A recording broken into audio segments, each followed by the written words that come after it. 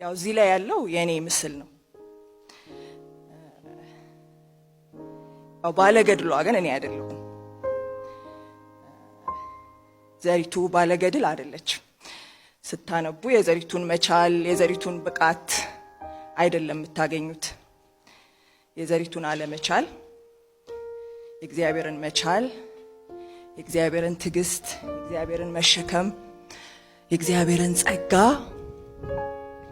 ወደር የሌለው ፍቅር፣ የማጽናናቱን ኃይል እሱን ነው የምታገኙት። ስለዚህ እግዚአብሔር ይመስገን። ገረመኝ ችሎታ የማጽናናት የማጽናናት